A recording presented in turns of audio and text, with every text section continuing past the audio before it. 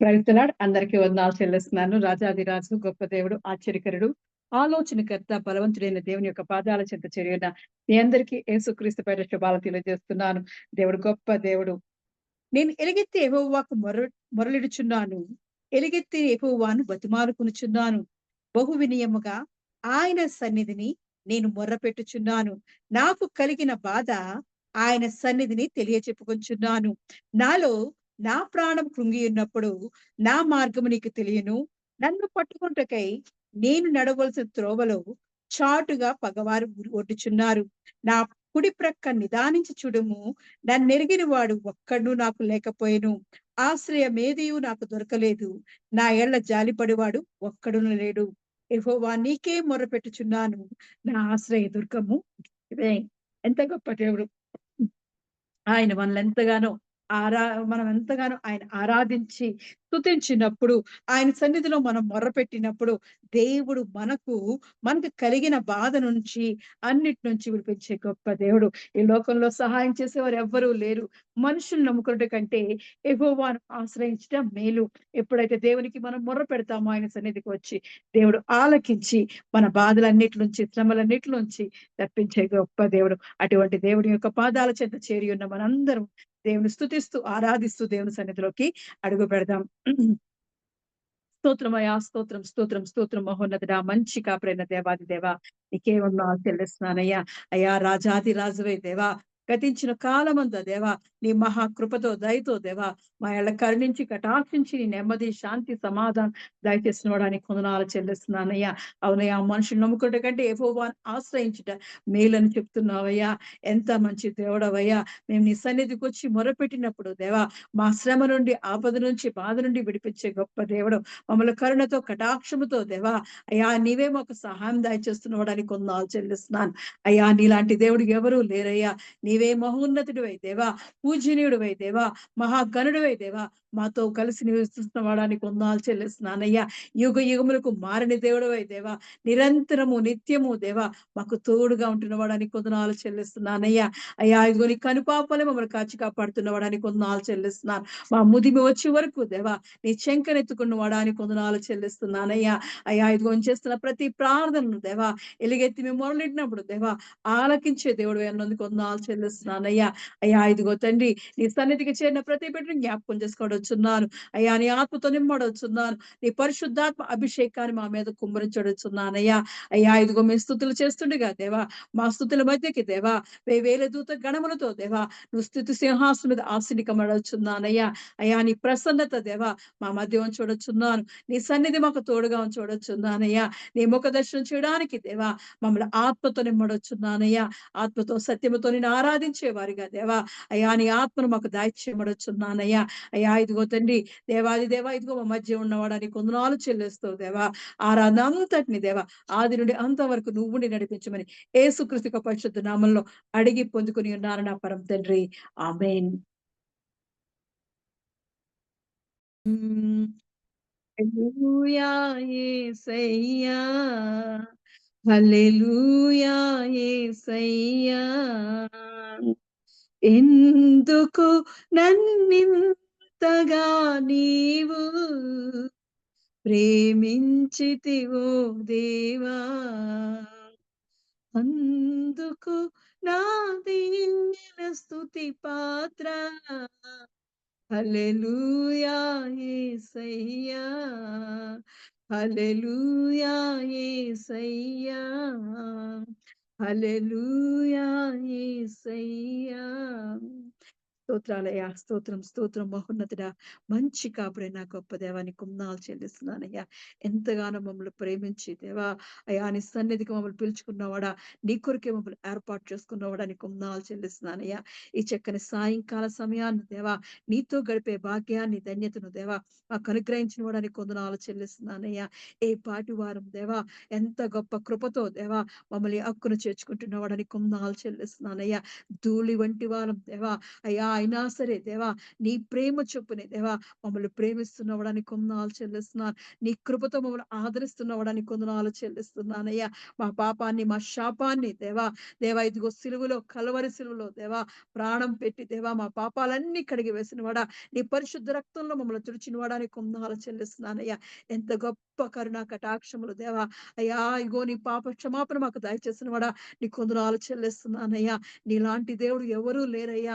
నీవే మహనీయుడువయ్యా, నీవే మహాగణుడువయ్యా, నీవే పూజనీయుడువై దేవా మా మధ్య నిరంతరము దేవా రాజాదిరాజుగా నివసిస్తున్నవాడా నీ కొందనాలు చెల్లిస్తున్నానయ్యా. ఎంతైనా నమ్మదగిన దేవుడువై ఉన్న దేవా నీ కొందనాలు చెల్లిస్తున్నానయ్యా. వాగ్దానములు నెరవేర్చే గొప్ప దేవుడు దేవా ఎంత గొప్ప కరుణా కటాక్షములు దేవా మా మీద చూపిస్తూ దేవా అయ్యా ఇదిగో తండ్రి నీ గ్రంథములో మా గురించి రాసిన ప్రతి దాని నెరవేర్చే వరకు దేవా మాతో కూడా నెరవుండే దేవుడు అయ్యా ఇదిగో మా జీవిత కాలం అంతా దేవా నీ సన్నిధిలో కనిపెట్టుకున్నప్పుడు దేవా అయ్యా ఇదిగో నువ్వు మా కొరకే ఉద్దేశించిన సంగతులు దేవా నువ్వు నెరవేరుస్తున్న విధానంకే వందనాలు చెల్లిస్తున్నాను. ఎంత గొప్ప దేవుడో దేవా ప్రార్థన ఆలకించువాడే దేవా మా మధ్య నిత్య నివాసముగా ఉంటున్నవాడని కొందనాలు చెల్లిస్తున్నానయ్యా. అయ్యా ఇదిగో తండ్రి మమ్మల్ని ఎంతో కాపాడి దేవా నీ కరుణ కటాక్షములతో నీ కృపాక్షేమములతో నీ సుఖ సంతోషములతో దేవా మమ్మల్ని నెమ్మదితో దేవా నీ శాంతి సమాధానంతో దేవా నింపి బలపరిచిన వాడని కొందనాలు చెల్లిస్తూ దేవా నీ సన్నిధి మాకు ఇచ్చినందుకు కొందనాలు చెల్లిస్తూ దేవా చేరి వచ్చిన ప్రతి బిడ్డను దేవా నీ ఆత్మతో నింపినందుకు కొందనాలు చెల్లిస్తూ దేవా ఈ చిన్న ప్రార్థన యేసు నామములో అడిగి పొంది ఉన్నాను నా పరమ తండ్రి ఆమేన్. సాయంకాల ఆరాధన కొరకు ఏర్పాటు చేయబడిన పరిశుద్ధ గ్రంథం నుంచి వాక్య భాగము కీర్తన గ్రంథము 92వ అధ్యాయము 13వ వచనం చదువుకుందాం. భారతి సిస్టర్ చదువుతారు. హల్లెలూయా హల్లెలూయా హల్లెలూయా. కీర్తనల గ్రంథము 92వ అధ్యాయం 13వ వచనం. యెహోవా మందిరములో నాటబడిన వారై వారు మన దేవుని ఆవరణములలో వర్ధిల్లుదురు. ప్రభు ఈ గొప్ప పరిశుద్ధ వాక్యము దీవించి ఆశీర్వదించును గాక. ఆమేన్. Praise the lord. Thank you Jesus. సాయంకాల ఆరాధన కొరకు ఏర్పాటు చేయబడిన పరిశుద్ధ గ్రంథం నుంచి వాక్య భాగము కీర్తన గ్రంథము 92వ అధ్యాయం 13వ వచనం. యెహోవా మందిరములో నాటబడిన వారై వారు మన దేవుని ఆవరణములో వర్ధిల్లుదురు. దేవుడు గొప్ప వాగ్దానం దయచేస్తున్నాడు. ఎవరైతే దేవుని మందిరంలో నాటపడుతున్నారో వారు వర్ధిల్లుతారట. ఈ వాగ్దానం పట్టుకుని దేవుని సన్నిధిలో ప్రార్థన చేస్తూ ఆయన సన్నిధిలోకి అడుగు పెడతాం. స్తోత్రమయ్యా, స్తోత్రం స్తోత్రం స్తోత్రం. ఎంత గొప్ప దేవుడో దేవ ఇదిగో తండ్రి నువ్వు ఇచ్చిన దేవ పరిశుద్ధ వాగ్దానంకే వందనాలు చెల్లిస్తున్నామయ్యా. అయ్యా ఇదిగో నీ వాగ్దానం ద్వారా దేవా నీ ముఖ దర్శనం చేస్తుండగా దేవా నీవు మాతో మాట్లాడమడుచున్నానయ్యా. అయ్యా ఇగో నువ్వు మాట్లాడితే దేవా మాకు శక్తి కలుగుతుందయ్యా. నీ మాట్లాడితే దేవా మాకు బలం వస్తుందయ్యా. అయ్యా ఇగో నీ వాక్యమే మమ్మల్ని బలపరుస్తుందయ్యా. అయ్యా మా త్రోవకు వెలుగుగా ఉంటదయ్యా. అవునయ్యా నీ వాక్యము మమ్మల్ని బలపరిచి దేవా అయ్యా ఇదిగో నీ సన్నిధిలో దేవా వర్ధిల్లే భాగ్యం మాకు దయచేస్తుందయ్యా. అవునయ్యా నువ్వు మాతో మాట్లాడబడుచున్నారు. చేరువచ్చిన ప్రతి బిడ్డను జ్ఞాపకం చేసుకుని దేవా వారి హృదయాలకు కావాల్సిన దేవా ఆత్మీయ ఆహారంతో నింపి బలపరచడుచున్నాను. అయ్యా ఇదిగో విత్తుచున్నవాడు నువ్వేనందుకు వందనాలు చెల్లిస్తున్నాను.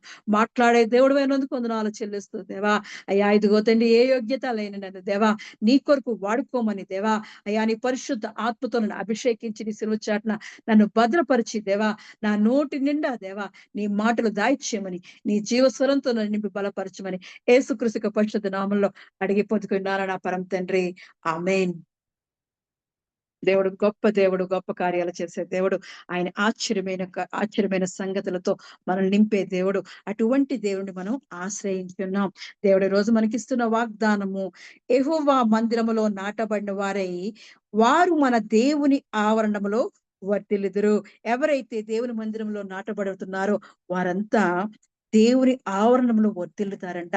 ఆయన వర్ధిల్లింపజేస్తుంటాడు. ఆయన సన్నిధి మనకు తోడుగా ఉంటది. ఆయనే మనకు తోడుగా ఉంటుంటాడు. వాళ్ళు ఎలా వర్ధిల్లుతారంటే ఆ పైనున్న 12వ వచనం నుంచి చూసినప్పుడు నీతిమంతులు ఖర్జూర వృక్షం వలె మొవ్వవేయుదురు. లెబనోను మీది దేవదారు వృక్షం వలె వారు ఎదుగుదురు. దేవుడు చెప్తున్నాడు దేవుని మందిరములో నాటబడిన వారు నీతిమంతులుగా ఉంటారు. వారు ఖర్జూర వృక్షం వలె మొవ్వ వేస్తారు. ఖర్జూర చెట్టును చూస్తే ఆ ఖర్జూర చెట్టు మరి దాని నిండా ముళ్ళులుంటాయి గానీ, ఆ చెట్టు ఆకంతా ముళ్ళ ముళ్ళగా ఉంటది కానీ అది గుత్తులు గుత్తులుగా చక్కగా మొగ్గ వేస్తూ ఉంటాది. దాని కాయలు చూడడానికి ఒక్క చెట్టు నుండి కొన్ని వేల కాయలు మరి అది కాస్తాయి. అవెంతో శక్తి ఇస్తాయి. ఆ కాయలు తిన్నప్పుడు బలం వస్తాది. అటువంటి ఖర్జూర వృక్షం అది కూడా ఎక్కడ పెరుగుతాదంటే ఎడారి ప్రాంతంలో పెరుగుతుంటాది. దేవుని సన్నిధిలో, దేవుని ఆవరణంలో నువ్వు నాటబడితే, దేవుని మందిరంలో నువ్వు నాటబడితే అది ఎడారి ప్రాంతమైనా, అది నీరు లేని ప్రాంతమైనా, అది ఎటువంటి భయంకరమైన పరిస్థితి అయినా సరే, దేవుడు సన్నిధిలో నువ్వు నాటబడితే, దేవుని మందిరంలో నాటబడితే, ఖర్జూర వృక్షం ఎలా అయితే మొవ్వ వేస్తూనే ఉంటది. అది అక్కడ అక్కడ వాటర్ లేకపోయినా, నీరు లేకపోయినా అది మొవ్వ వేస్తూనే, చిగురిస్తూనే దాని యొక్క ఫలాలను ఫలింపజేస్తూ ఉంటది. అది వర్ధిల్లుతూనే ఉంటాది. అటువంటి జీవితాన్ని కలిగి ఉంటామంట. ఎంత ఎడారి ప్రాంతంలో బలవ అది అది ఎంత కష్టమైన పరిస్థితి అయినా సరే, అక్కడ అది మొలుస్తూ ఉంటది. ఎందుకంటే, దేవుని ఆవరణలో నాటబడిన నువ్వు, నేను కూడా అటువంటి విధముగా దేవుడు మనల్ని పోల్చుతున్నాడు అంటే, నువ్వు అది ఎంత కఠినమైన పరిస్థితి అయినా, అది ఎంత భయంకరమైన స్థితిగతులైనా సరే, దేవుని ఆవరణంలో ఉన్నప్పుడు, దేవుడు ఆ చెట్టున ఆ చుట్టుప్రక్కలున్న ఎడారి ప్రాంతాన్ని దేవుడు చూడడు. నిన్ను చూస్తుంటాడు. దేవుడు నీ వైపు లక్ష్యముంచుతాడు. ఎందుకంటే అది నా ఆవరణంలో నాటబడిందని, దేవుని యొక్క మందిరంలో నాటబడిందని, దేవుని యొక్క వాక్యం అనే నీటిని పోస్తూ ఆయన బలపరుస్తూ ఉంటాడు. అది చిగురిస్తూనే ఉంటాది. అది ఫలిస్తూనే ఉంటాది. అది వర్ధిల్లుతూనే ఉంటాది. కాబట్టి దేవుడు ఎలాంటి దాంతో పోలుస్తున్నంటే ఖర్జూర వృక్షం వలె దానితో పోలుస్తున్నాడు. అంతే కాకుండా లెబనోను మీది దేవదారు వృక్షం వలె వారు ఎదుగుదురు. దేవదారు వృక్షం వలె ఆ లెబనోను పర్వతం మీద చక్కగా ఆ దేవదారు వృక్షాలు నిటారుగా పెరుగుతుంటాయి. అవి చక్కగా ఒక పక్కకు తిరగవు, వంకరగా ఉండవు. నిటారుగా అవి దేవుని వైపు చూస్తూనే ముందుకు సాగుతూ ఉంటారు. అది పర్వతమైనా, అది కొండ ప్రాంతమైనా, అది అక్కడ నీరు లేని ప్రాంతమైనా సరే, దేవుని మందిరంలో నాటబడినప్పుడు దేవుని వైపు చూస్తూ ముందుకి కొనసాగిపోతూ ఉంటాయి. నిటారుగా చాలా బలమైన చెట్లు దేవదారు వృక్షాలంటే వాటి యొక్క మొదలు మరి చాలా బలమైనది. దాని చెట్లు కలపగా వాడుతూ ఉంటారు. అలాంటి దానిని ఆయన నిన్ను నన్ను పోలుస్తున్నాడు. దేవుని సన్నిధిలో, దేవుని మందిరములో, దేవుని ఆవరణంలో నువ్వుంటే ఆయన అంటున్నాడు వర్ధిల్లింపజేస్తాను అంటున్నాడు. యెహోవా మందిరములో నాటబడిన వారే వారు మన దేవుని ఆవరణములో వర్ధిల్లుదురు. ఎలా వర్ధిల్లుతారంటే ఖర్జూర వృక్షం వలె మొవ్వ వేస్తూ, ఆ దేవదారు వృక్షం వలె ఎదుగుచు మరి దేవుని సన్నిధిలో ఆవరణలో వాళ్ళు వర్ధిల్లుతూ ఉంటారు. అంతే కాకుండా దేవుడు అంటున్నాడు, వారు ముసలితనమందు చిగురు పెట్టుచుందురు, సారము కలిగి పచ్చగా నుందురని 15వ వచనం అంటున్నాడు. ఎంత గొప్ప దేవుడండి. ఆయన సన్నిధిలో నువ్వున్నప్పుడు, ఆయన ఆవరణంలో గడుపుతున్నప్పుడంట, నీకు ముసలితనంలో కూడా చిగురు పెట్టి దేవుడు దేవుడు సారము కలిగి పచ్చగా ఉంటావంట. ఎంత గొప్ప వాగ్దానాలు ఇస్తున్నాండి. దేవుని మందిరం చాలా ఇంపార్టెంట్. దేవుని సన్నిధిలో, ఆయన మందిరంలో మనం నివసిస్తున్నప్పుడు దేవుడు మనల్ని దీవించి ఆశీర్వదించే దేవుడు.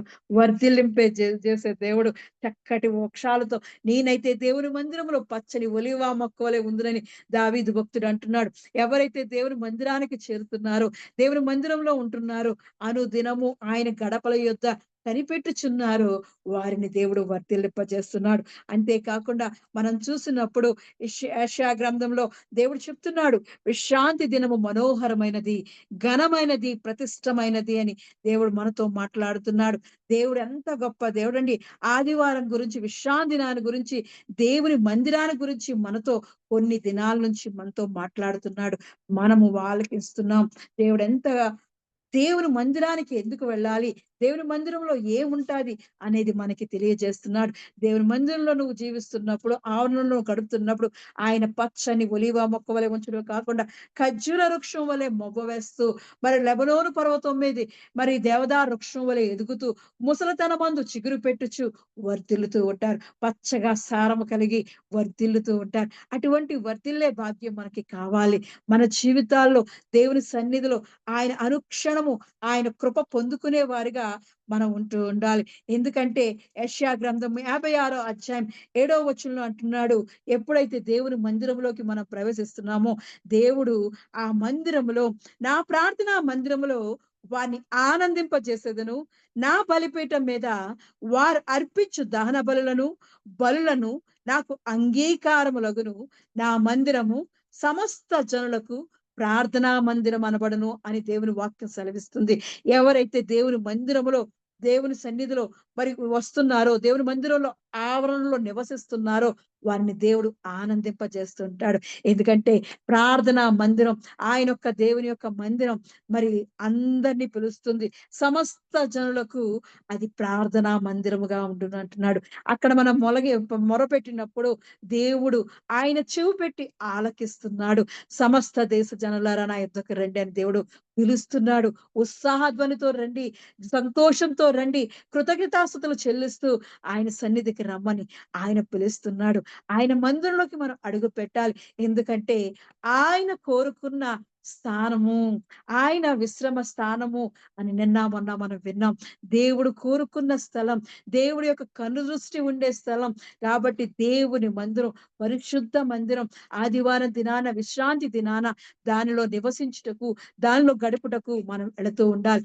ఒక్క దినము గడిపితే 1000 దినముల కంటే శ్రేష్టము అంటున్నాడు. కాబట్టి ఆయన సన్నిధికి మనము ఆయన సన్నిధిలో, ఆయన మందిరంలో ఉంటూ ఉండాలి.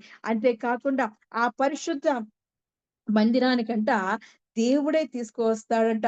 ఆ 56 అధ్యాయం 6 వచనాన్ని చూసినప్పుడు, విశ్రాంతి దినమును అపవిత్రపరచకుండా ఆచరించుచు, నా నిబంధనను ఆధారము చేసుకొనుచు, యెహోవాకు దాసులై యెహోవా నామమును ప్రేమించుచు, ఆయనకు పరిచర్య చేయవలెనని ఆయన పక్షమున చేరు అన్యులను నా పరిశుద్ధ పర్వతమునకు తోడుకొని వచ్చేదను అంటున్నాడు.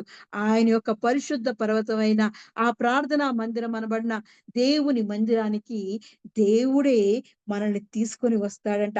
ఆయన పరిచర్య చేయవలనని ఆయన పక్షమున చేరిన ప్రతి ఒక్కరిని ఆయన దేవుని దగ్గరికి తీసుకొచ్చి దేవుడు ఆయన సన్నిధిలో ఉత్సాహంతో, సంతోషంతో ఆనందింప చేయడానికి ఆయనే మన దక్షిణ హస్తంతో మనల్ని ఆదుకొని తీసుకొని వచ్చే దేవుడు.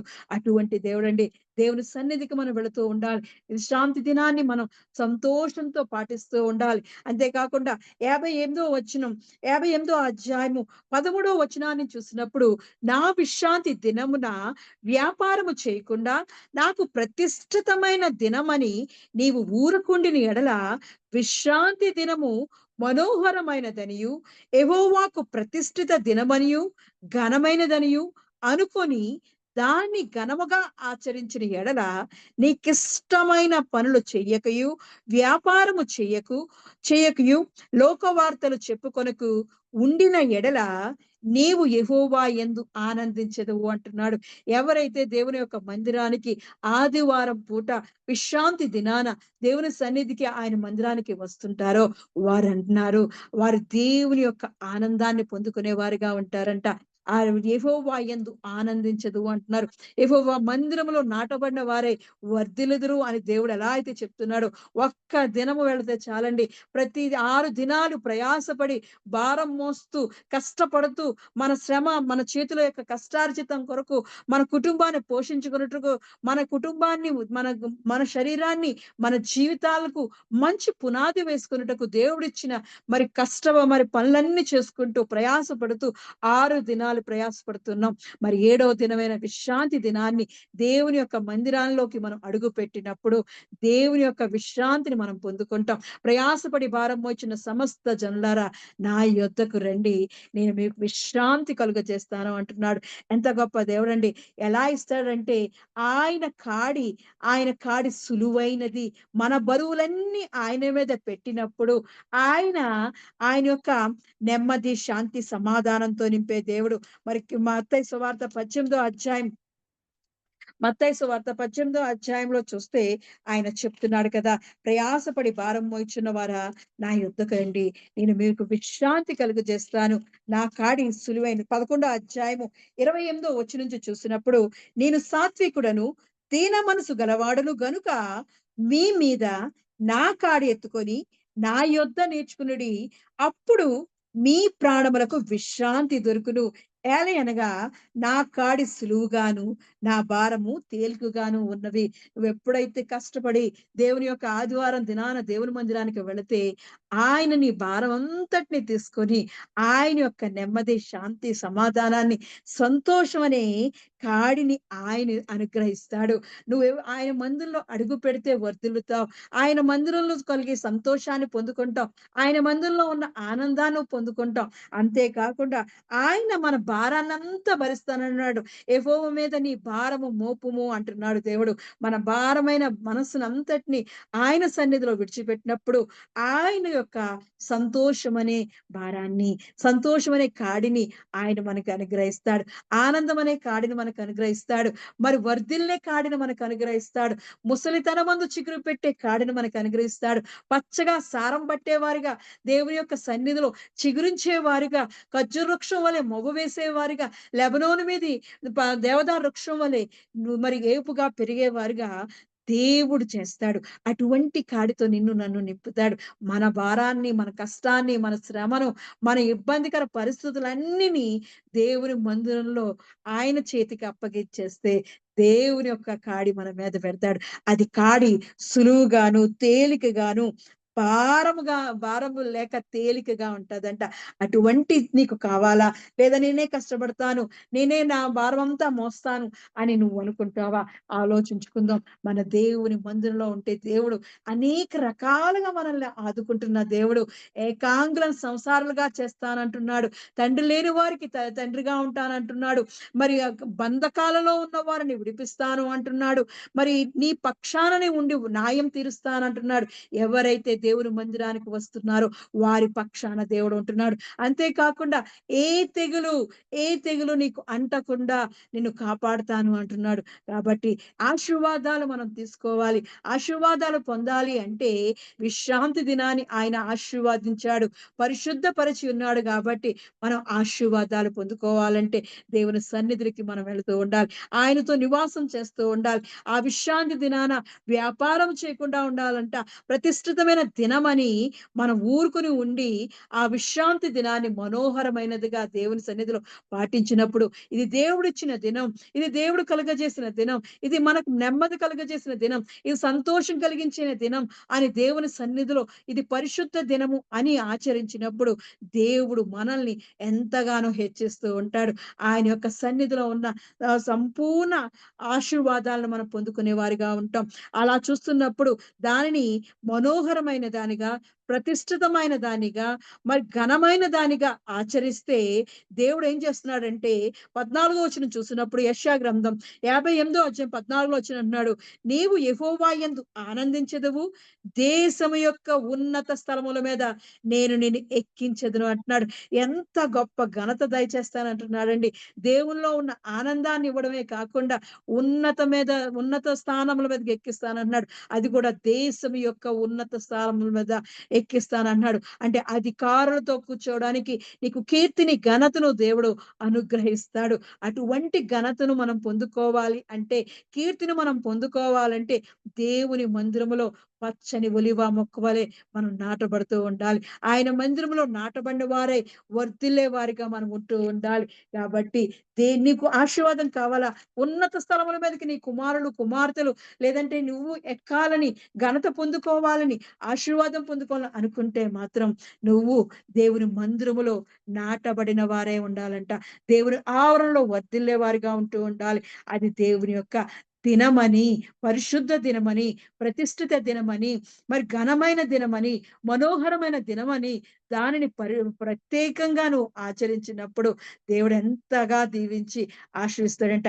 కనీసం లోక వార్తలు కూడా చెప్పుకొనొద్దు అంటున్నాడు. నీకిష్టమైన పనులు చెయ్యక, వ్యాపారం చేయక, దేవుడిచ్చిన దినం, దేవుడు పరిశుద్ధపరిచిన దినం, ఇది ఆశీర్వదించిన దినం అని దేవుని యొక్క మాటలతో మనల్ని మనం తృప్తిపరుచుకుంటే, దేవునితో మనం దేవునితో ఆవరణలో గడుపుతూ ఉంటే, దేవుడు మనల్ని వర్ధిల్లింపజేసే దేవుడు. ఇలా చూసినప్పుడు దేవుడు ఎంతో మందిని దేవుడు ఆశీర్వదించాడు. అందులో ఒకరిద్దరిని చూద్దాం మనం. మరి మనకు జీవితాల్లో దేవుడు అనేకమైన పరిస్థితులు ఏర్పడుతూ ఉంటాయి. ఆ పరిస్థితులు దేవుని యొక్క సన్నిధిలో మరి మన ఘనతలు అన్నీ పొందుకోవాలి అంటే సొలొమోన్ గారిని తెలుసు మనకి. ఆయన ఒక మందిరాన్ని కట్టించాడు. మందిరాన్ని కట్టించి చక్కగా దేవుని సన్నిధిలో ప్రార్థన చేస్తాడు. అయ్యా ఇదిగో ఈ మందిరాన్ని కట్టించాను. ఈ మందిరంలో మేము ఎప్పుడైతే ప్రార్థన చేస్తున్నామో అక్కడ నీ నీ నీ సన్నిధి అక్కడ మాకు ఉంచు అని ఆళ్ళు ప్రార్థన చేసినప్పుడు దేవుడు ఆయన కనుదృష్టి ఉంచుతాను అంటున్నాడు. మరి 9వ అధ్యాయం సమూయేలు గ్రంథం, 1 రాజుల గ్రంథం 9వ అధ్యాయం 3వ వచనంలో చూసినప్పుడు ఎప్పుడైతే దేవుని యొక్క సన్నిధిలో ఆయన ప్రార్థన చేశాడో ఆయన అంటున్నాడు, దేవాది దేవుడే వాగ్దానం చేస్తున్నాడు.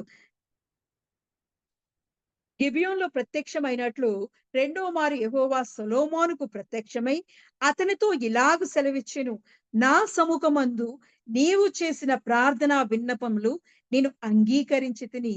నా నామము అక్కడ సదాకాలం ఉంచుటకు నీవు కట్టించిన ఈ మందిరమును పరిశుద్ధపరిచి ఉన్నాను. నా దృష్టియు నా మనసును ఎల్లప్పుడూ అక్కడ ఉండును అని దేవుడు సెలవిస్తున్నాడు, వాగ్దానం చేస్తున్నాడు.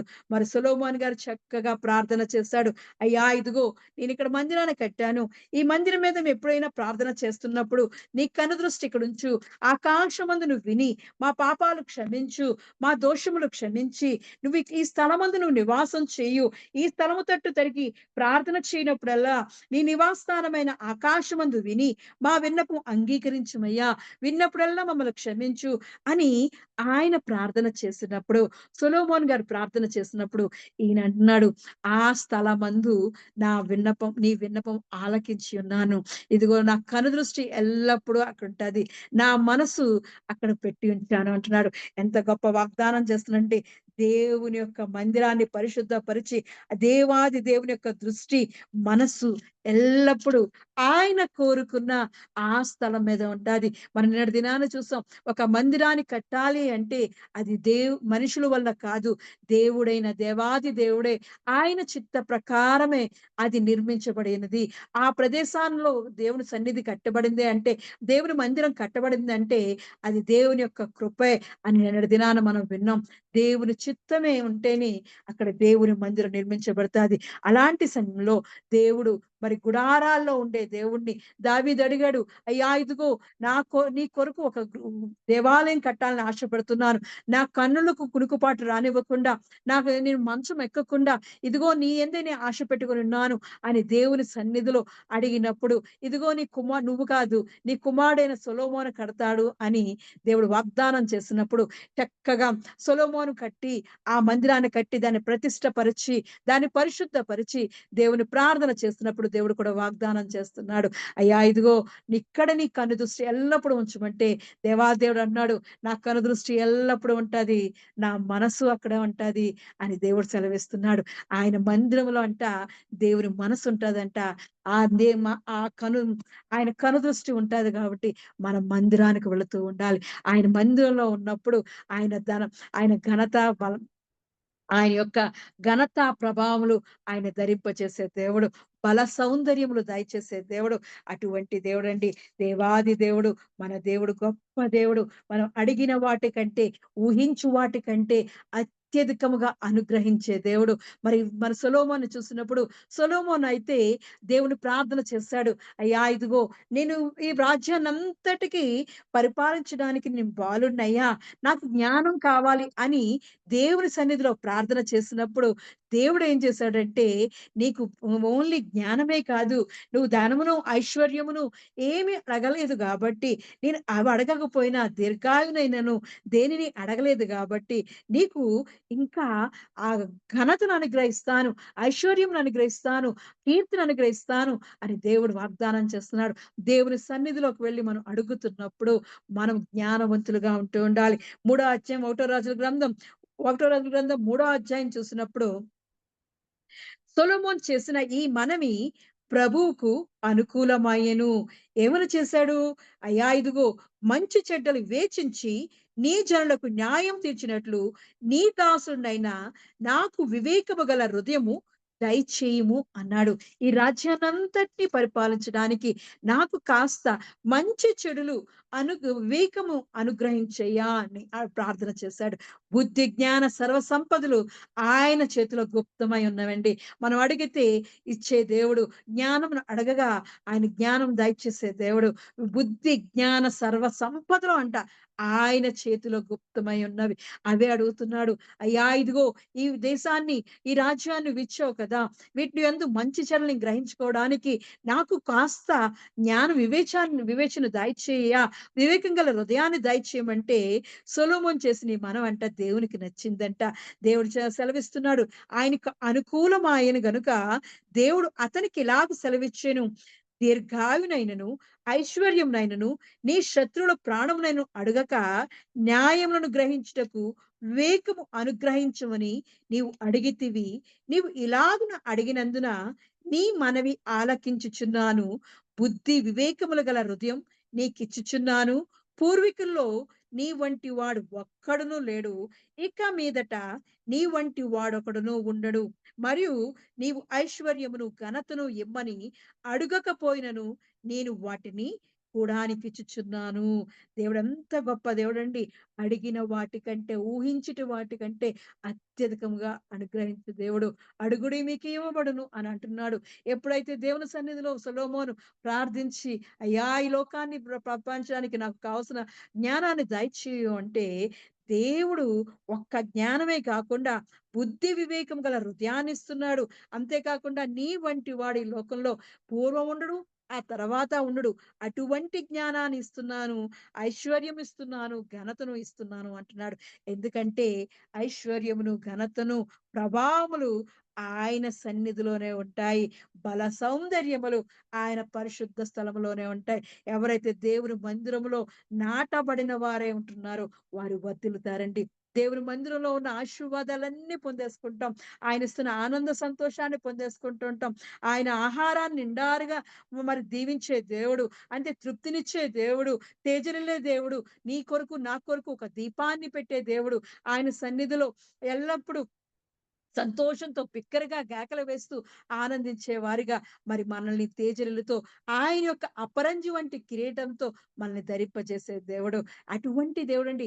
ఎవరైతే దేవుని మందిరంలో నాటబడుతున్నారో ఇవన్నీ పొందుకుంటారు. వారు అన్ని విషయాల్లో వర్ధిల్లుతూ ఉంటారు. అటువంటి మనం పొందుకోవాలంటే విశ్రాంతి దినాన్ని మనం ఆచరిస్తూ ఉండాలి. ఆ ఒక్క రోజుని దేవుని కొరకు ఇస్తే దేవుడి దగ్గరున్న ఆశీర్వాదాలన్నీ మనం పొందేసుకుంటాం. దేవుళ్ళో ఉన్న ఆశీర్వాదాలు పొందేసుకోవడమే కాకుండా దేవుని సన్నిధిలో ఉన్న సంతోషంతో, ఆనందంతో కేకలు వేస్తూ, బిగ్గరగా కేకలు వేస్తూ, దేవుని సన్నిధిలో సంతోషిస్తూ, తేజరిల్లుతామంట, ఆనందిస్తూ ఉంటామంట. అంతేకాకుండా దేవుని యొక్క సన్నిధిలో ఉన్న ఘనత, ప్రభావములు మనం పొందుకుంటాం. ఆ ఘనత, ప్రభావాలు ఎవరికి వద్దని ఉంటాయండి? అందరికీ ఘనతలు కావాలి. అందరికీ మహిమ పొందాలని ఆశపడతాం. అందరికీ మంచి పేరు కావాలని ఆశపడతాం. వర్ధిల్లేవాలని ఆశపడుతూ ఉంటాం. కాబట్టి దేవుని మందిరంలో వర్ధిల్లే వారిగా ఉండాలి. అలా చూసినప్పుడు దేవుని యొక్క సన్నిధిలో 96 అధ్యాయం 6 వచనంలో అంటున్నాడు కదా! ఘనతా ప్రభావములు ఆయన సన్నిధిని ఉన్నవి. బల సౌందర్యములు ఆయన పరిశుద్ధ స్థలములో ఉన్నవి. దేవుని యొక్క సన్నిధిలోకి మనం వెళ్తూ ఉండాలి. దేవునితో ఆ అనుబంధాన్ని కలుగుతూ ఉండాలి. ఫలించని చెట్టు వలె, ఫలించని ఒలివ మొక్క వలె మనం వర్ధిల్లుతూ ఉండాలి. అంతేకాకుండా మనం చూసినప్పుడు సమూయేలు గారిని చూసినప్పుడు ఆయన దేవుని మందిరంలో తల్లి వచ్చి హన్నా గారొచ్చి ప్రార్థన చేసింది. దేవుని సన్నిధిలో ప్రార్థన చేసింది. బహు దుఃఖాక్రాంతురాలై బహు దుఃఖాకాంతులై వచ్చి దేవుని మందిరంలో ప్రార్థన చేసినప్పుడు ఆయన ఆలకించి చక్కటి సమూయేలు వంటి కుమారుడు దయచేస్తే తీసుకొచ్చి దేవుని సన్నిధిలో, దేవుని మందిరంలో విడిచిపెట్టేసింది. అప్పుడు దేవుడు దేవుడు బాలుడైన సమూయేలుని ఎలా దీవించాడంటే, దేవుని మందిరంలో నివసిస్తున్నప్పుడు యెహోవా దయయందును, మనుషుల దయయందును వర్ధిల్లుచుండును అంటున్నాడు. అవును, మనం వర్ధిల్లాలి అంటే దేవుని మందిరంలో నివసిస్తూ ఉండాలి. ఆయన యొక్క ఆవరణంలో మనం గడుపుతూ ఉండాలి. కాబట్టి సమూయేలు చక్కగా ఆయన సన్నిధిలో ఎదుగుతూ ఉన్నప్పుడు మనుషుల దయే కాదంట, దేవుని దయ ఆ మరి బాలుడైన సమూయేలు మీద ఉంటుంది. నీ కుమారులు, కుమార్తెలు వర్ధిల్లాలి అంటే దేవుని మందిరంలో ఉంటూ ఉండాలి.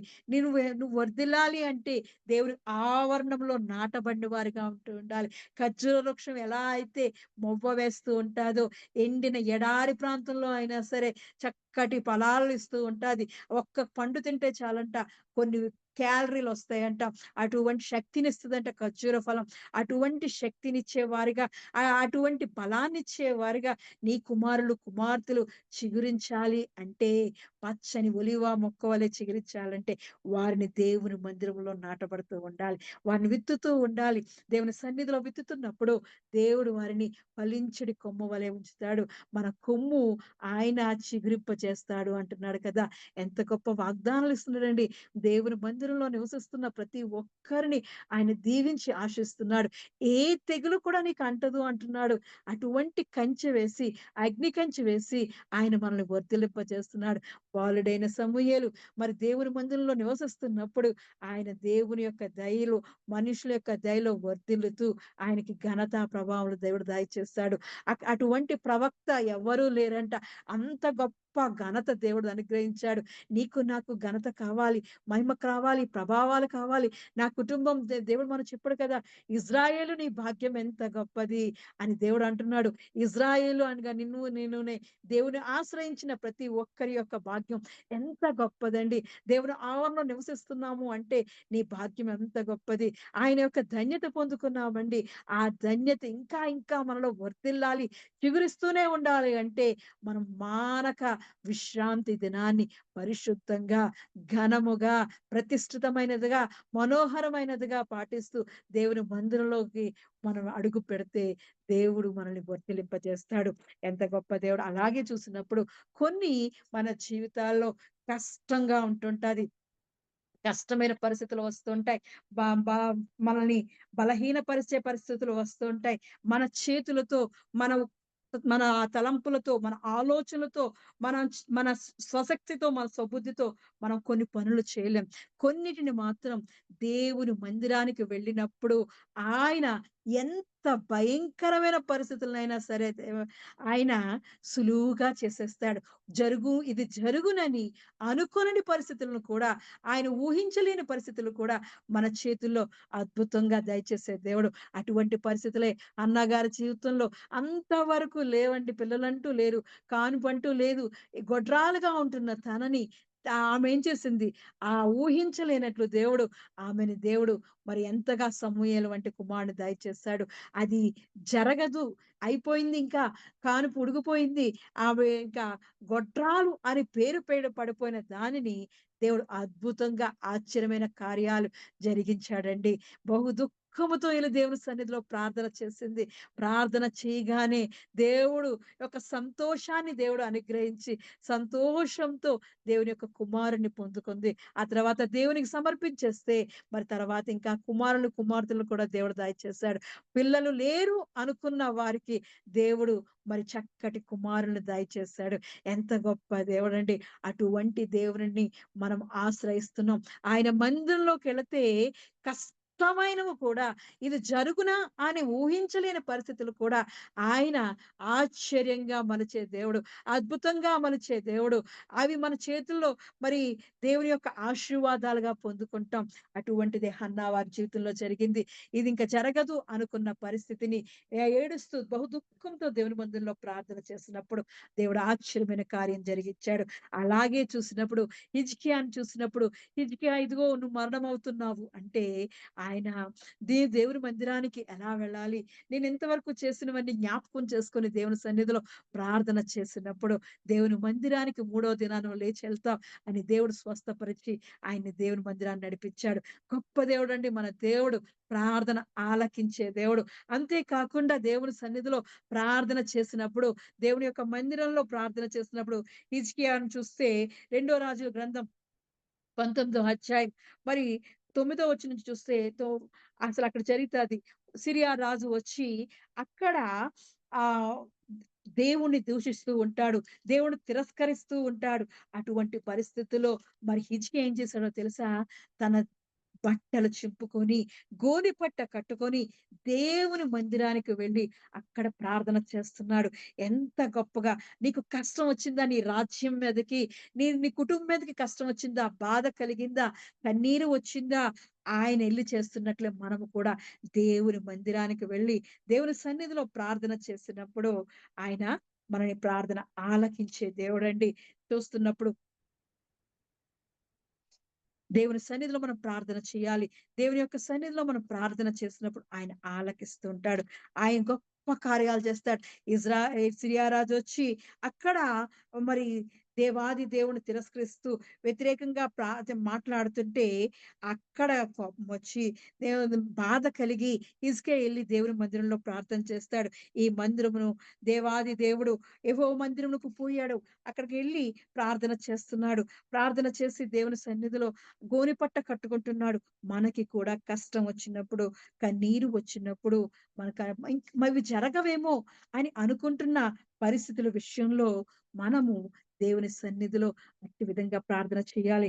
హిజ్కియా 19 అధ్యాయం, రెండో రాజుల గ్రంథం 19 అధ్యాయం 1 వచనం చూసినప్పుడు హిజ్కియా విని తన బట్టలు చింపుకొని, గోనెపట్ట కట్టుకొని యెహోవా మందిరమునకు పోయి ప్రార్థన చేస్తున్నాడు. జీవము గల దేవుణ్ణి దూషించుటకై అష్షూరు రాజైన తన యజమానుల చేత పంపబడిన రబ్షాకే పలికిన మాటలన్నీయు నీ దేవుడైన యెహోవా ఒకవేళ ఆలకించి నీ దేవుడైన యెహోవాకు వినబడి ఉన్న ఆ మాటలను బట్టి ఆయన అష్షూరు రాజును గద్దించినేమో. కాబట్టి నిలిచిన శేషము కొరకు నీవు హెచ్చుగా ప్రార్థన చేయము అని అంటున్నాడు. కాబట్టి మన జీవితంలో కూడా ఇది జరగట్లేదేంటి? ఈ ప్రాబ్లమ్ సాల్వ్ అవ్వట్లేదేంటి? నా చేతులు నిండట్లేదేంటి? నా అప్పులు తీరట్లేదేంటి? నాకున్న పరిస్థితులు మారట్లేదేంటి? నాకున్న అనారోగ్యం మానట్లేదేంటి అని నువ్వు దిగులు పడుతున్నావా? నిన్ను ఇదేంటి నువ్వు నమ్ముకున్న దేవుడు నీకు సాయం చేయట్లేదని నీ దేవుడు కూడా వాళ్ళు హేళన చేస్తున్నారా? హిజ్కియా చేసినట్లు మనం దేవుని మందిరానికి వెళ్లి దేవుని సన్నిధిలో ప్రార్థన చేసేవారుగా ఉంటూ ఉండాలి. ఎప్పుడైతే మరి ఆ సిరియా రాజు వచ్చి దేవుణ్ణి దూషిస్తూ, దేవుణ్ణి వెక్కిరిస్తూ మాట్లాడినప్పుడు, దూషించినప్పుడు తన బట్టలు చింపుకొని హిజ్కియా గోనెపట్ట కట్టుకొని దేవుని మందిరంలో ప్రార్థన చేస్తున్నాడు. అయ్యా మా ప్రార్థన ఆలకించయ్యా. ఇదిగో రక్షకే పలికిన మాటలు నువ్వు ఆలకించయ్యా. నువ్వు ఆలకిస్తే ఇదిగో నువ్వు వినబడిన మాటలు బట్టి అష్షూరు రాజును గద్దిస్తాడేమో, లేకపోతే తను శిక్షిస్తాడేమో అని ప్రార్థన చేయని ఒకరికొకరు చెప్పుకుంటూ అక్కడ ప్రార్థన చేస్తున్నప్పుడు దేవుడు అద్భుతాన్ని చేశాడు. ఎప్పుడైతే దేవుని యొక్క సన్నిధిలో ప్రార్థన చేశాడో, దేవుని యొక్క దూతను పంపి అక్కడ ఆ దండులోని, ఆ సిరియా దండులోని వారందరిని చంపేసి, అంతేకాకుండా ఆ రాజు తన ఇంటికి వెళ్ళినప్పుడు ఏవైతే మీ దేవుడు గొప్పవాడు కాదు, మా దేవతలే గొప్ప అని ఏదైతే అని అన్నాడో, ఆ దేవతల గుడి దగ్గరికి వెళ్ళి ఆయన మొక్కుకుంటూ ఉంటే తన కుమారుల్నే ఆ రాజుగారిని చంపేశాడు. దేవుడు చేసే గొప్ప కార్యాలండి. నువ్వు నిలిచి ఊరకనే ఉండి చూడు. ఆయన నీ పక్షాన పక్షాన ఉండి న్యాయం తీర్చే దేవుడు. పరిశుద్ధ ఆలయం నుండి ఆయన నిన్ను నన్ను చూస్తున్నాడు. ఆయన మందిరానికి వెళ్ళినప్పుడు ఆయన మందిరంలో నువ్వు అడుగుతున్న ప్రతి దానిని ఆయన చెవి పెట్టి ఆలకిస్తున్నాడు. తనకు మొర్రపెట్టు వారికందరికీ ఆయన సమీపంగా ఉన్న దేవుడు కాబట్టి ఆయన మన ప్రార్థన ఆలకించాడు. ఎప్పుడైతే హిజ్కియా ప్రార్థన చేశాడో గొప్ప కార్యాలు చేశాడు. అంతేకాకుండా హిజ్కియాకి ఒక లెటర్ పంపించాడు. ఒక లెటర్ పంపించాడు. ఆ లెటర్ పంపించి, ఇదిగో నువ్వు మీ రాజ్యాన్నంతటి నా వశం చెయ్యు అని ఆ సిరియా రాజు ఒక లెటర్ పంపితే, ఆ లెటర్‌ను కూడా తీసుకెళ్ళి దేవుని మందిరంలో పెట్టి ప్రార్థన చేస్తున్నాడు. నీకెప్పుడైనా బాధ కలుగుతుందా? నీకు కష్టం కలుగుతుందా? నీకు కన్నీరు వస్తుందా? నిన్నెవరైనా విమర్శిస్తున్నారా? నిన్ను తిడుతున్నారా? నిన్ను బాధ పెడుతున్నారా? నువ్వెవ్వరి దగ్గరికి వెళ్ళొద్దు. మనుషుల్ని నమ్ముకొనుట కంటే యెహోవాను ఆశ్రయించుట మేలు గాబట్టి దేవుని మందిరంలోకి వెళ్ళు. దేవుని మందిరంలో ప్రార్థన చెయ్యు. ఆ మందిరంలోకి వెళ్ళు అంటున్నాడు. హిజ్కియా దూతల చేతిలో నుండి ఆ ఉత్తరము తీసుకొని 19వ అధ్యాయం, రెండో రాజుల గ్రంథం 19వ అధ్యాయం 14 వచనం చూసినప్పుడు హిజ్కియా దూతల చేతిలో నుండి ఆ ఉత్తరము తీసుకొని చదివి యెహోవా మందిరంలోనికి పోయి యెహోవా సన్నిధిని దాని విప్పి పరచి యెహోవా సన్నిధిని ఇట్లని ప్రార్థన చేశాను. దేవుని మందిరంలోకి తీసుకెళ్ళు. అవి మంచివైనా చెడ్డవైనా దేవుని మందిరంలో పెట్టినప్పుడు దేవుడు ఆలకించే దేవుడండి. ఎంత గొప్ప దేవుడంటే మన దేవుడు ప్రార్థన ఆలకించే దేవుడు. ఎప్పుడైతే హిజ్కియా తన శత్రువు నుంచి వాడి లెటర్ రాగానే ఆ లెటర్ చదివి దేవుని సన్నిధిలో పెట్టి ప్రార్థన చేస్తున్నాడు. అయ్యా! ఇదిగో కెరూబుల మధ్య నివసించున్న ఇశ్రాయేలు దేవా, భూమి ఆకాశములు కలుగజేసిన అద్వితీయ దేవా, నీవు లోకమందున్న సకల రాజ్యములకు దేవుడివై ఉన్నావు. యెహోవా చెవియొగ్గి ఆలకింపుము. యెహోవా కన్నులు తెరిచి దృష్టించుము. జీవముగల దేవుణ్ణైన నిన్ను దూషించుటకే సెనెరుబు పంపిన వాని మాటలను చెవిని బెట్టుము. ఆ లెటర్ గురించి దేవునికి చెప్తున్నాడు. జయముగల దేవా, అద్వితీయ దేవుడు అయిన దేవాది దేవా, ఇదిగో ప్రార్థన ఆలకించువాడా, ఇదిగో సొలొమోను ప్రార్థన చేస్తున్నప్పుడు నీ కనుదృష్టి ఇక్కడ ఉంచుతా అన్నావే, నీ మనసు ఇక్కడ పెడతానన్నావే. అయ్యా ఇదిగో, ఇదిగో నీ మందిరంలోకొచ్చి అడుగుతున్నాను. ఇదిగో నా నా ప్రార్థన ఈ ఈ లెటర్ నువ్వు చూడు. నా శత్రువు పంపించాడయ్యా.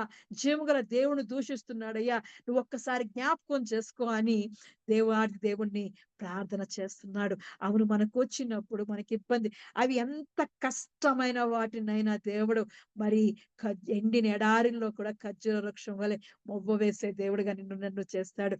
అటువంటి పరిస్థితులను కూడా నీటి కాలువల వలె నిన్ను నన్ను మారుచే దేవుడు. కాబట్టి దేవుని సన్నిధిలోకెళ్ళి మనం ప్రార్థన చేద్దాం. అది ఎంత భయంకరమైన పరిస్థితులన్నిటిని తారుమారు చేయగల దేవుడండి. ఆయన ఎప్పుడైతే ప్రార్థన చేస్తాడో జీవగల దేవుడు దూషించుటకు ఏమాత్రపాటు వాడని దావీదు అన్నట్లే ఇక్కడ కూడా మరి హిజ్కియా అంటున్నాడు, జీవగల దేవుడైన నిన్ను దూషించుటకు ఈ సెనెరువు పంపిన మాటలు చెవిని పెట్టాయా అని ప్రార్థన చేసినప్పుడు దేవుని యొక్క దూత బయలుదేరి 35వ వచనం చూసినప్పుడు ఆ రాత్రి యెహోవా దూత బయలుదేరి అష్షూరు వారి దండుపేటలో చొచ్చి 185,000 మందిని హతము చేసెను. ఉదయమున జనులు లేచి చూడగా వారందరూ మృత కళేబరములై ఉండిరి. అష్షూరు రాజైన సెనెరుబు తిరిగిపోయి నినేవే పట్టణములకొచ్చి నివసించిన తర్వాత అతడు నిస్రోకు అను తన దేవత మందిరమందు మ్రొక్కుచుండగా అతని కుమారులైన అద్రేమెలెకును షరెజెరును ఖడ్గముతో అతన్ని చంపి ఆరారాతు దేశంలోనికి తప్పించుకొని పోయిరి. అప్పుడు అతని కుమారుడైన యెష్వారోదు అతనికి మారుగా రాజయ్యెను. నిన్ను ధిక్కరించిన వాడు దేవుని ధిక్కరించినట్లే దేవుని ధిక్కరించి తిరస్కరించి నీకేం చేశాడు? నీ దేవుడు ఎలాంటి వాడు? నీకే పాటి వాడు? నీకేం సహాయం చేయట్లేదని నిన్ను అంటున్న వాళ్ళ గురించి నువ్వు దేవుని మందిరం దగ్గరికెళ్ళి దేవుని సన్నిధిలో నువ్వు ప్రార్థన చేసినప్పుడు దేవుడే వారి నీ పక్షాన ఉండి న్యాయం తీర్చే దేవుడు. వారికి నీకు ఇది జరుగునా అని ఊహించలేని సంగతులు దేవుడు నీ జీవితంలో చేస్తూ ఉంటాడు. కొత్త కొత్త సంగతులు చేస్తాడు నీ జీవితంలో. అలాంటివన్నీ కావాలి అంటే దేవుడు నీ కొరకు దిగి రావాలి అంటే ఆయన సన్నిధిలో మనము ఎల్లప్పుడూ గడుపుతూ ఉండాలి. దేవుడు ఇదిగో మరి చెప్తున్నాడు కదా, 64 యెషయా గ్రంథం 64వ అధ్యాయము మొద మరి చూసినప్పుడు మూడవ వచనాన్ని చూసినప్పుడు జరుగునని మేము అనుకొనని భయంకరమైన క్రియలు నీవు చేయగా అన్యజనులు నీ సన్నిధిని కలవరపడుదురు గాక. ఎంత గొప్ప దేవుడండి. మన జీవితంలో ఇవి జరగవు. మీ జీవితంలో ఇవి జరగవు అని అనుకుంటున్నప్పుడు, దేవుని సన్నిధిలో, దేవుని మందిరంలోకెళ్ళి నువ్వు ప్రార్థన చేస్తున్నప్పుడు, హిజ్కియా ప్రార్థన ఆలకించిన వాడు, సమూయేలుని ఆశీర్వదించిన వాడు, హన్నా ప్రార్థన ఆలకించిన వాడు, నీ ప్రార్థన, నా ప్రార్థన ఆలకిస్తాడు. ఎందుకంటే ఆయన కనుదృష్టి ఎల్లప్పుడూ దాని మీద ఉంచుతా అన్నాడు. నీ నీ నా మనసంతా ఎల్లప్పుడూ అక్కడే ఉంటదన్నాడు. ఎక్కడ? దేవుని యొక్క పరిశుద్ధ ఆలయం మీద, దేవుని మందిరం మీద ఉంటది కాబట్టి, ఎవరైతే దేవుని మందిరంలో నాటబడుతున్నారో వారు మన దేవుణ్ణి ఆవరణలో వర్ధిల్లుతారు అంటున్నాడు. కాబట్టి దీన్ని వర్ధిల్లాలి, నీ జీవితంలో జరుగునని ఇవి అనుకున్న భయంకరమైన క్రియలు దేవుడే కలుగజేసుకొని చేస్తాడు. అప్పుడు నిన్ను అన్నవారు, నిన్ను దూషించిన వారు, నిన్ను వెక్కిరించిన వారు, ఏంటి అన్న వాళ్ళు కూడా కలవరపడిపోతారు. అటువంటి దేవుని యొక్క అద్భుతాలు, ఆశ్చర్యకార్యాలు మన జీవితంలో జరుగుతాయి. కాబట్టి దేవుడు మనల్ని ఎంతగానో దీవించి ఆశీర్వదించాలని, అభివృద్ధి పరచాలని ఆయన ఎల్లప్పుడూ రండి నా సన్నిధికి రండి. ఇజ్రాయేలు నువ్వు తిరిగి రానుద్దేశించిన యెడల నా యొద్దకే రమ్మనంటున్నాడు. రండి నా యొద్దకు రండి అని పిలుస్తున్నాడు దేవుడు. రండి ఆయన సన్నిధిలో ఉత్సాహంతో, సంతోషముతో గానము చేస్తూ ఆయన సన్నిధిలో కృతజ్ఞతార్పణలు చెల్లిద్దామని దేవాది దేవుడు పిలుస్తున్నాడు. ఎంత గొప్ప దేవుడండి! ఆయన సన్నిధికి వెళ్ళాలి. ఆయన సన్నిధిలో మనం స్తుతిస్తున్నప్పుడు, ఆయన సన్నిధిలో ఆరాధిస్తున్నప్పుడు, దేవుడే మన కొరకు గగనం విడిచి దిగి వచ్చి, మన కార్యములన్నిటిని ఆయన చక్కపరిచే గొప్ప దేవుడండి. అటువంటి దేవుడు మనం కలిగి ఉన్నాం. దేవాది దేవుని సన్నిధిలో మనము మొర్ర పెట్టినప్పుడు ఆయన ఆలకించు దేవుడై ఉన్నాడు కాబట్టి దేవుని సన్నిధికెళదాం. దేవునితో ఆనందిద్దాం. దేవునిలో దేవుని సన్నిధిలో ఉన్న సంపూర్ణమైన మరి ఆ ఆశీర్వాదాలన్నీ మనం పొందుకునే వారిగా ఉంటూ ఉండాలి. దేవాది దేవుని యొక్క సన్నిధిలో మరి అనేక రకములైన ఆ సంతోషాలు, సమాధానాలు కలుగుతున్నాయి.